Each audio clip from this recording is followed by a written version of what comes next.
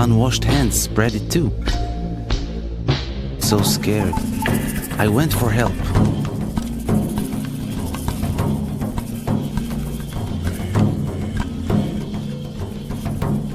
I never rode so fast. There was a man about to eat with unclean hands. I told him to always wash his hands with soap and safe water after going to the toilet. Only with clean hands could he eat safely. Body on coronavirus has released guidance for general public and healthcare professionals on the symptoms of the virus. If you notice any of these symptoms and conditions, please contact your nearest professional healthcare setup. Help spread this information to everyone or within the room or care area of a person with the coronavirus for a prolonged period without appropriate protective clothing. Coronaviruses are particularly dangerous for people who have weaker immune systems, like young children and older adults. To protect yourself from the virus, try to avoid contact with people who display symptoms similar to those of pneumonia or the common cold, like coughing or a runny nose. Don't touch your eyes, nose, or mouth with unwashed hands. Wash your hands frequently with soap and water and scrub for at least 20 seconds. Use alcohol-based hand sanitizer when possible. In December 2019, the Chinese authorities notified the world that a virus was spreading through their communities. In the following months, it spread to other countries, with cases doubling within days. This virus is the severe acute respiratory syndrome-related coronavirus 2 that causes the disease called COVID-19 and that everyone simply calls coronavirus. Its main way of spreading seems to be droplet infection, when people cough or if you touch someone who's ill and then your face, say rubbing your eyes or nose. The virus starts its journey here and then hitches a ride as a stowaway deeper into the body. Its destinations are the intestines, the spleen or the lungs, where it can have the most dramatic effect. Even just a few coronaviruses can cause quite a dramatic situation. In a fast pandemic, many people get sick at the same time.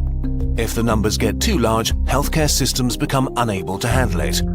There aren't enough resources like medical staff or equipment like ventilators left to help everybody. People will die untreated.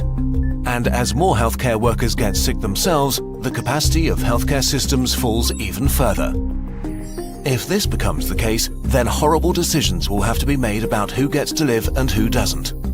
The number of deaths rises significantly in such a scenario. To avoid this, the world, that means all of us, needs to do what it can to turn this into a slow pandemic. A pandemic is slowed down by the right responses, especially in the early phase, so that everyone who gets sick can get treatment and there's no crunch point with overwhelmed hospitals. Since we don't have a vaccine for corona, we have to socially engineer our behavior to act like a social vaccine. This simply means two things: not getting infected and not infecting others. Although it sounds trivial, the very best thing you can do is to wash your hands. Soap is actually a powerful. Next thing is social distancing, which is not a nice experience, but a nice thing to do. This means no hugging, no handshakes. If you can stay at home to protect those who need to be out for society to function, from doctors to cashiers or police officers. You depend on all of them. They all depend on you to not get sick.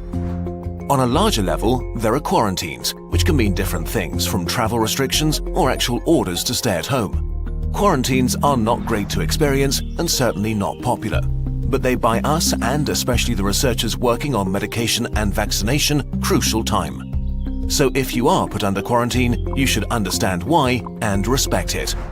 None of this is fun, but looking at the big picture, it is a really small price to pay. The question of how pandemics end depends on how they start. If they start fast with a steep slope, they end badly. If they start slow, not so steep slope, they end okayish. And in this day and age, it really is in all of our hands, literally and figuratively.